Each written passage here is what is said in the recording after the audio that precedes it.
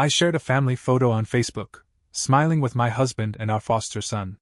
Hours later, our neighbor commented, "You should get real help instead of collecting kids like accessories." My hands shook. She'd also tagged a page called "Adoption Isn't Charity." The post went viral. Over 1,000 comments. My foster son saw it. Asked, "Is that how people see me?" I took screenshots. My lawyer said, "This isn't just defamation, it's targeted cruelty." It was a normal Sunday morning.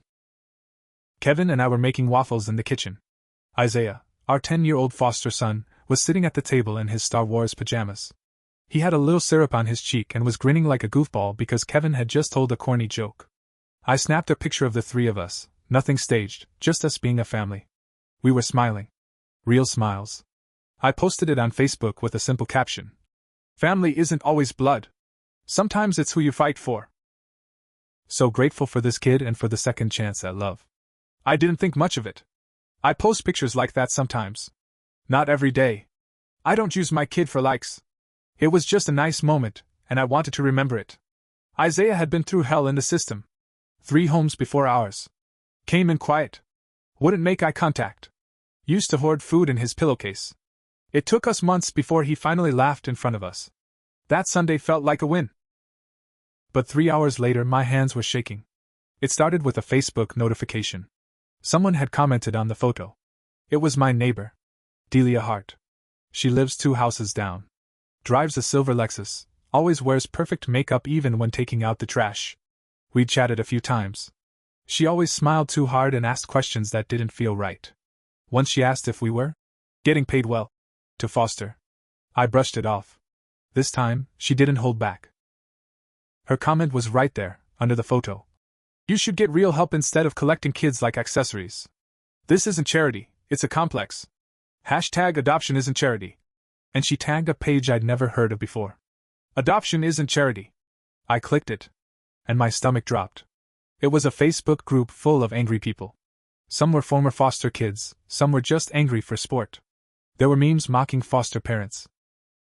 Screenshots of other families with kids blurred out and hateful captions underneath. Posts accusing people of using kids for attention, money, pity. Right there, in the middle of it all, was my post. Delia had shared it to the group. With this, "Another rescuer flaunting her foster kid like a handbag. Look how proud she is of her new accessory. They always smile for the camera, until the trauma kicks in. Don't fall for it." Within hours, it had exploded. Over 1,000 comments. Some were from strangers defending me. But most were vile. They didn't just go after me, they talked about Isaiah. About his skin. His smile. His look. They said he'd probably end up back in the system when we got bored. One woman wrote, "Hope the kid runs before they ruin him." Isaiah saw the post. He came into the living room holding my phone. I didn't even know he'd picked it up. He looked at me and said, "Is that how people see me? Like an accessory?" I swear my heart broke right then and there. My hands were shaking, and I couldn't lie to him. I told him that some people are just cruel and angry because they're broken inside. But I could tell it didn't help. He was already curling back into himself. That night, after putting Isaiah to bed, I stayed up and took screenshots. Every comment. Every share. Every piece of hate Delia had stirred up. Then I called Becca. Becca used to be a paralegal before she had kids. I told her what happened. Sent her the screenshots. She didn't say anything for a few seconds. Then she just said, "You need a lawyer." She gave me a name, Gerald Dorsey. He'd done some defamation and harassment cases in Portland. I called his office the next morning. He listened to everything. Read through the screenshots. Then he said, "This isn't just defamation. This is targeted cruelty. And she made it public. You have a case." I asked him what that meant. What could we do? He said we could file a civil suit. We could subpoena the group for admin records. We could show that this wasn't just opinion, this was a campaign to shame and damage us, and to use Isaiah's face to do it. But here's the thing. I didn't just want money. I didn't want a settlement. I wanted Delia exposed. I wanted everyone who praised her fake smile and perfect garden and smug little comments to see her for who she really was. So I said yes. And then I started watching her. I didn't tell Delia right away. I didn't confront her on her front lawn, didn't throw a fit. That's what she wanted, something messy to prove I was unstable. I kept my head down, waved politely when we passed. Meanwhile, I was building something stronger than anger. Evidence. Gerald filed the paperwork within a week. But these things take time, so while it sat in motion, I dug. First, I went through the entire Adoption Isn't Charity group. They'd made it private after the post blew up, but I had already been added as a concerned viewer by another parent in the community. I found more than a dozen posts where Delia mocked families like mine. Not just me. She had a pattern. She posted about another family on our street, too, ones who had adopted twins from the foster system years back. Said something about them collecting broken children to look holy. That family didn't even have Facebook. They had no idea she'd been using their kids' photos like that. I printed it all. Dated it. Added it to the growing file Gerald kept. Then came the twist. Turns out, Delia worked at the county clerk's office. That's how she got Isaiah's full name in the first place. We never used his last name on Facebook. But there it was, posted by someone else in that group thread. Isaiah, redacted, isn't even theirs legally. I know exactly where it came from. She'd looked up his file. Or worse, his case history. I called Gerald in a panic. He got quiet. Then said, "This just crossed into something much bigger." He contacted the county directly. Asked for logs of employee access into juvenile case files. It took 2 weeks. When the records came in, we had our smoking gun. Delia had accessed Isaiah's case records twice in the past 3 months. She had no legal reason to do that. No oversight. No permission. Gerald's voice was cold when he told me. "This is now a privacy violation. Possibly criminal misuse of government systems. We're going forward." And still, I said nothing to her. I kept waving at her in the mornings, sipping my coffee on the porch like always. But inside, I was on fire. Then something else happened. The school called. Isaiah had been pulled aside by a guidance counselor. Not because he was in trouble, but because he'd been asked about us by a woman who said she was investigating for the county. Isaiah described her. She had red nails and big earrings. That was Delia. She'd gone to his school pretending to be someone official. I called Gerald. He said, "We're adding that to the suit.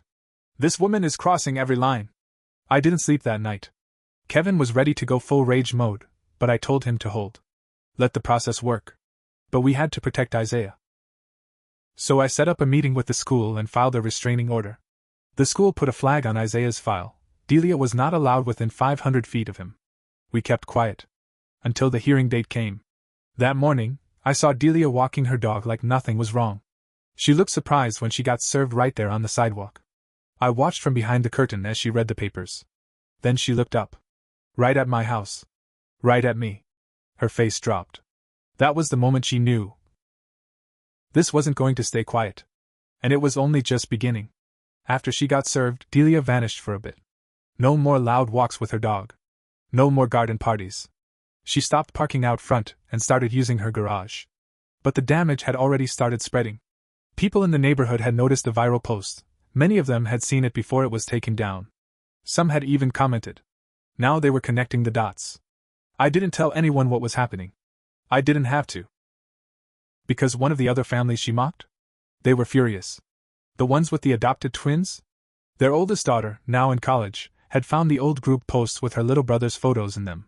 She reposted Delia's words, blurred the images, and captioned it. "This woman used to smile at us on the street. Meanwhile, she called my brothers broken in a hate group. She works at the county office and accessed foster files illegally. Be careful who you trust." That post took off. It spread like fire across the local community Facebook groups. Someone even posted it to the Corvallis subreddit. It reached the local parenting forums. People started asking questions. A few parents whose kids were adopted or fostered through the county started calling the clerk's office. 1 week later, Delia was placed on leave pending investigation. But that's not the twist. Here's the twist. While going through the lawsuit prep, Gerald's firm found something weird in Delia's social media. They traced her Reddit account. She'd been posting for years under a different name in forums about bad foster parents and corrupt adoptions. At first, it just seemed like ranting. But then we found one post that chilled me to the bone. She was bragging. Talking about how easy it was to check on certain families because she had access. She talked about reading the redacted files to see what kind of trauma these people are bringing into neighborhoods. And she named our street. She said she was keeping tabs on people who shouldn't be raising damaged kids. That was when Gerald stopped smiling. He added civil harassment, invasion of privacy, and abuse of government resources to the claim. I was still reeling from that when Kevin came home with something new. A voicemail. Someone had called his work phone. A blocked number. A woman's voice. Tell your wife to back off before someone starts leaking your secrets. We played it 5 times. Then 6. Kevin looked at me. You think it's her? I didn't answer. I just picked up the phone and sent the recording to Gerald. He looped in a PI he sometimes worked with. A few days later, the PI had something. It wasn't Delia. It was Delia's sister. Her name was Roxanne, a part-time blogger with ties to the same anti-foster parenting groups online. She lived an hour away but had visited Delia regularly. Her name was listed as a former admin on the Facebook group. She had called Kevin's office from a burner app. Gerald brought this to the judge for an emergency hearing. They added witness tampering to the case and filed a secondary restraining order against Roxanne. That same day, Delia finally broke. She showed up at my front door. Hair frizzy. Eyes red. No makeup. She looked like someone who hadn't slept in days. Please, she said. Can we talk? I didn't open the screen door. You're trying to destroy me, she said. I didn't answer. Then she said something I'll never forget. You think you're the only one who's been hurt? I've seen what these kids do to people. And that was it. That was all I needed to know. She never saw Isaiah. She never gave him a chance. She had made up her mind long before I ever posted that photo. This wasn't about him. This was about her hate. Her fear. Her control. I said only one thing. Stay away from my family. Then I shut the door in her face. The trial didn't take years. It took 4 months. Delia tried to delay it. Her lawyer filed motion after motion, claiming she was being targeted unfairly, that her words were just opinion, that she was exercising her First Amendment rights. But Gerald shut that down with facts, evidence, and testimony. We had it all. Screenshots, access logs from the county, posts from the group, witness statements from neighbors she'd harassed online, the voicemail from Roxanne, the school's report that she showed up pretending to be from the county. And then, the most damning piece, her own Reddit post bragging about using her job to spy on families like mine. The judge was cold, firm, and direct. He said Delia's actions were a severe abuse of public trust, digital spaces, and private lives. She lost. She was fired from the clerk's office that same week. The county launched an internal review of every case she accessed over the past 5 years. A few families were contacted for follow-up. One of them said they hadn't even known they were being watched. The civil court awarded us damages. Not huge, but enough. Enough to send a message. Enough to cover therapy bills for Isaiah. Legal fees. Emotional distress. But the money wasn't the real win. Delia's name, her real name, was now tied to every hateful thing she ever posted. Her old blog was discovered. Her Reddit history, her group comments, all cataloged by people far more thorough than me. Every job she applied to after that, they Googled her. She couldn't work in any government office again. She couldn't even get hired at a temp agency. And her sister? Roxanne got sued separately. We settled out of court, but she had to issue a written, public apology as part of the deal. She posted it on her blog and social media. It went viral. Her blog tanked. Sponsors dropped her. Delia sold her house 6 months later. Moved out overnight. Didn't say goodbye to anyone. But here's where I have to be honest with you. I wasn't perfect in all this. I shared that photo of Isaiah online. I didn't ask him first. He didn't get a choice in being put in that spotlight. That one post, meant to show love, made him a target. I thought I was being proud, but I didn't think about the world we live in now. A world where people weaponize your joy. After everything, I sat him down and told him that. I said, I should have asked you. That was my mistake. He nodded. Just said, I know you didn't mean to. Then he added, I'm still glad I'm here. That was the moment I realized revenge wasn't the end. Justice happened. Delia paid. But healing? That's what mattered most. Now, we don't post pictures of Isaiah anymore. We protect our peace. He's safe. He laughs more now. He doesn't ask if people see him as an accessory anymore. Because now he knows exactly who he is. And the people who tried to tear us apart? They're the ones who lost everything.